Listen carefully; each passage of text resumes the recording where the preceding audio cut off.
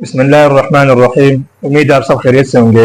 جیسے کہ آپ حضرات کو معلوم ہے کہ ہمارا ارتحاق کے متعلق موضوع چل رہا تھا، تو یہاں پر اس کے بعد جو سبق آ رہے ہیں، جو اصل داخلے کے متعلق جو بحث تھی وہ ختم ہو گئی. اب یہاں پر جو جملے شروع ہو رہے ہیں وہ صف کے اعتبار سے، کلاس کے اعتبار سے شروع ہو رہے ہیں. تو ہمارا پہلا سوال ہے عفواً ما ہی نظام الاوقات فی هذه المدرسہ. ما ہی کیا ہے نظام الاوقات، مدرسے کا جو نظام ہے، مدرسے کے جو اوقاتی نظام ہے، مطلب پڑھائی کب سے شروع ہوتی ہے کب ختم ہوتی ہے، یہ فی هذه المدرسہ اس مدرسے میں.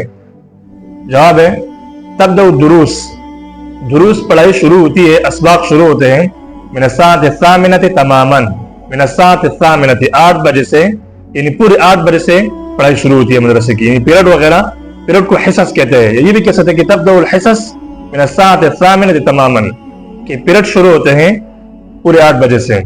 اس کے بعد اس کا اگلا سوال ہے ومتى تنتهي الدروس، یہ اسباق کب ختم ہوتے ہیں، اس کی انتہا کب ہے، یعنی کب تک پڑھائی جاری رہتی ہے. تو اس کا جواب یہ ہے وتجری هذه الدروس، اور یہ اسباق چلتے رہتے ہیں، یا وتجری هذه الحصص، یہ پیریڈ چلتے رہتے ہیں الى صلاة العصر، عصر کی نماز کے وقت تک. تو اس میں مشکل الفاظ نہیں ہیں کہ نظام الاوقات، یعنی جو انتظام ہوتا ہے کب سے پڑھائی شروع ہوتی ہے، کب، پورا انتظام عموماً یہ اردو میں بھی استعمال کیا جاتا ہے.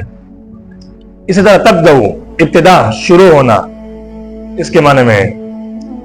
تنتہی، انتہا کب